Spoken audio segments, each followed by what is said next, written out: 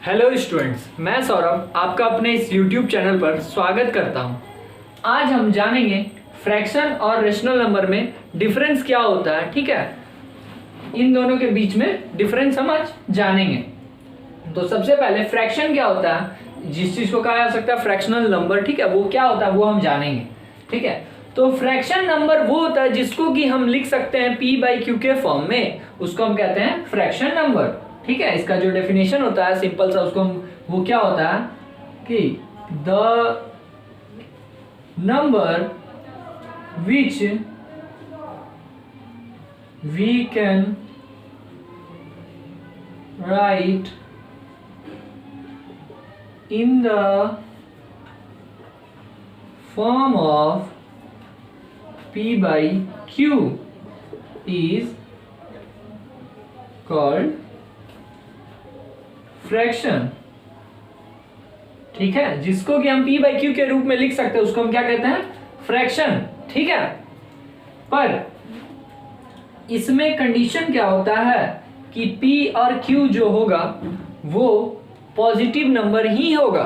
ठीक है, p और q जो होगा वो पॉजिटिव नंबर होगा। कहने का मतलब यह है कि p और q जो होगा वो क्या होगा, वो एक नेचुरल नंबर ही होगा। ठीक है, p and q are natural number. p और q यहां क्या होगा, नेचुरल नंबर ही होगा। ठीक है, और दूसरा बात कि q जो होगा q 0 के बराबर नहीं होगा। ठीक है, q is not is equals to 0। ये दो बात हमको जानने मिला कि फ्रैक्शन जो होगा p/q के फॉर्म में होगा। ठीक है, और p और q जहां पर क्या होगा, नेचुरल नंबर होगा, मतलब वो प्लस में ही होगा, और q जो होगा 0 के इक्वल नहीं हो सकता है। ठीक है, आइए अब हम रेशनल नंबर पे बात करते हैं। रेशनल नंबर क्या होगा, सेम डेफिनेशन रेशनल नंबर के लिए भी होगा। ठीक है, कि the number which we can write in the form of p/q। ठीक है, जिस नंबर को हम p/q के फॉर्म में लिख देते हैं उसी नंबर को हम रेशनल नंबर भी कहते हैं। पर इसके साथ क्या कंडीशन होता है कि यहां पर p और q जो होगा, p और q जो दोनों होगा, ये हमेशा पॉजिटिव या निगेटिव भी हो सकता है। मतलब p and q is integer. ठीक है, p और q क्या होगा, यहाँ पे इंटीजर होगा, मतलब वो 1 2 3 4 0 -2 -5 कुछ भी हो सकता है p और q का वैल्यू।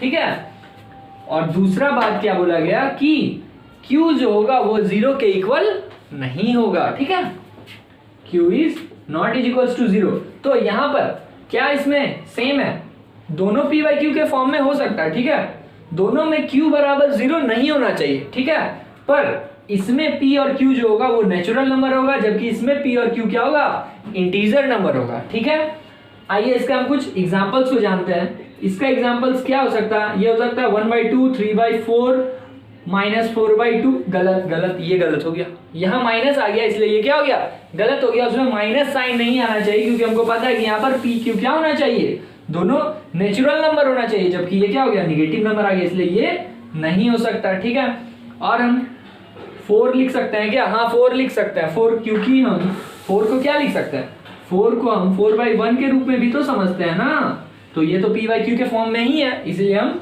4 भी लिख सकते हैं, 1 भी लिख सकते हैं, 2 भी लिख सकते हैं, 0 भी लिख सकते हैं। ठीक है, ये सारा नंबर क्या हो गया, फ्रैक्शन हो गया। और इसका एग्जाम्पल क्या हो सकता है, इसका एग्जाम्पल होगा 1/2 -1/2, इसमें तो माइनस में भी हो सकता है। ठीक है, 0 -3/4, ये सारा हो सकता है। ठीक है, अब हमको इसमें जो जानने वाला सबसे इंपॉर्टेंट बात है, नोट करने वाली बात ये है कि हर फ्रैक्शन नंबर जो होता है, हर फ्रैक्शन नंबर वो रेशनल नंबर हो सकता है। अगर हम बात करें 1/2 तो 1/2 एक रेशनल नंबर भी है। ठीक है, 0 की बात करें तो 0 एक रेशनल नंबर भी है, प्लस वाला कोई सा भी आप नंबर उठा लो वो रेशनल नंबर होगा।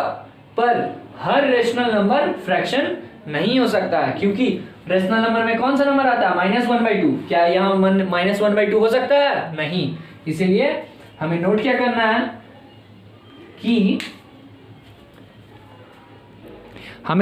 करना है कि every fraction is rational number. सभी फ्रैक्शन जो होता है वो क्या होता है, एक रेशनल नंबर होता है। But every rational number is not a fraction, पर हर रेशनल नंबर एक फ्रैक्शन नहीं होता है। ठीक है, इसी के साथ जो डिफरेंस था फ्रैक्शन और रेशनल नंबर के बीच वो हमारा खत्म होता है। ठीक है, और इसी तरह के वीडियोस के लिए मेरे साथ बने रहें। धन्यवाद।